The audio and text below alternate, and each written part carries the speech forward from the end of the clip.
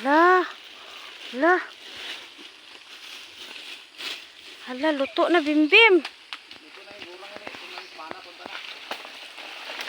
Ouch! Hala.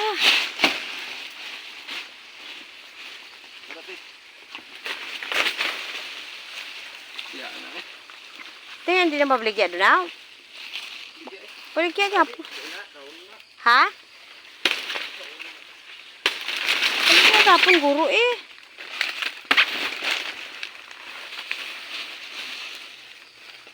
Tapos gamiton liwat ang plastic, no? Kay sayang mga kaysa magsigi ka kabakal.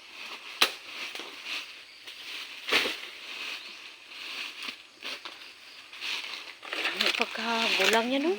Sa amon sa kanila, ginakalburo pa para lang luto dayon.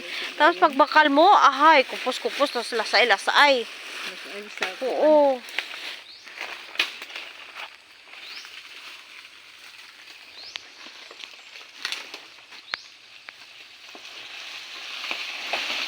Amo gali na magtapas. So, diba?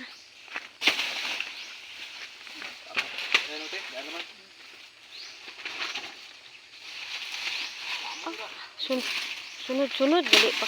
Uy! Abi ko, tapson mo ang tubo niya, Bim. Sayang. Mami, no? Pwede naman gali makaon, Tino. Ha? Pwede do gani makaon. Hindi takon. Hindi, sa ano. Damo-tamo to, baligyan na kanti ko, way gani ko kakaon.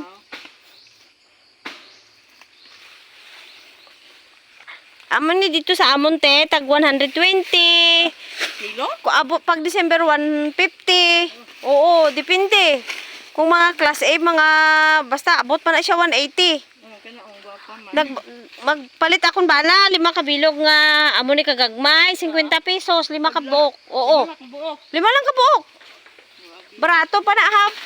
Barato pa ng 5 ka buok nga tag 10 isa. Kay gagmay man. 3 pa lang.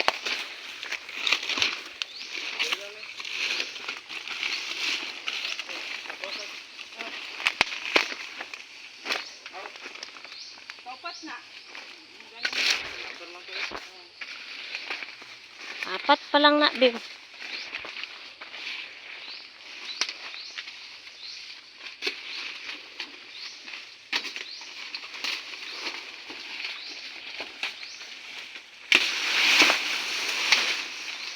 Nami gali kong saging kay kung bisan tapson mo.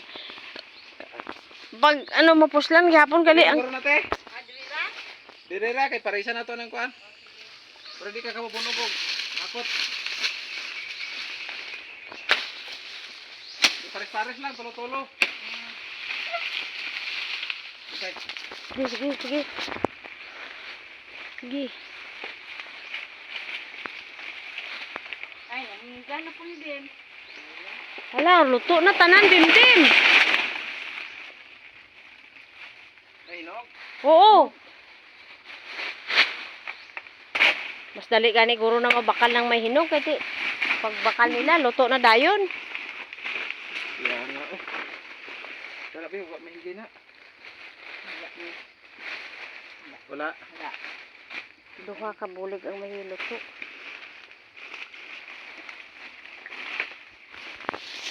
Naluto na gid siya.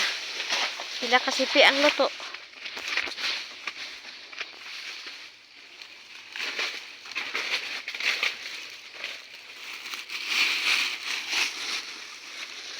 Reho mo no. Dahan na kinog eh.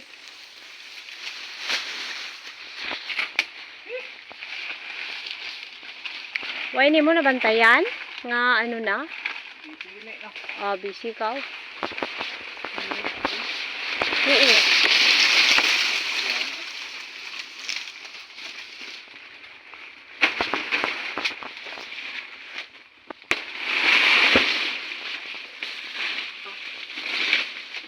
Ala, luto na tanan na siya, Bim.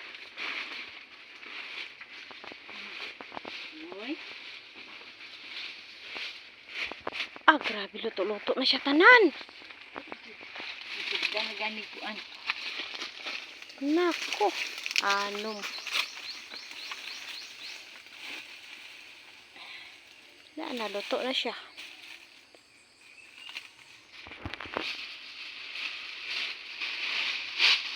Napuksi na gid siya, te. Mugikan ana gani. Ha? Ay ka, tinan-an. Ay, grabe na siya kaluto-luto na. Overripe na siya. Right na. Wala. Napuksi na, sayang.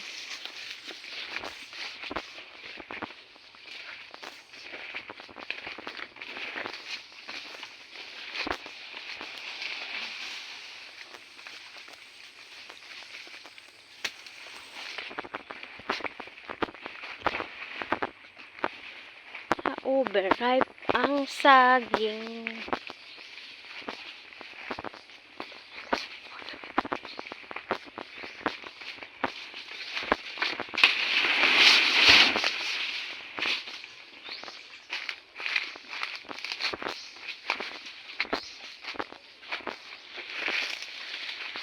Yan nga.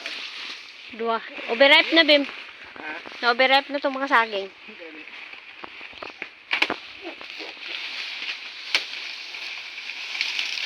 Sobra na siya luto eh.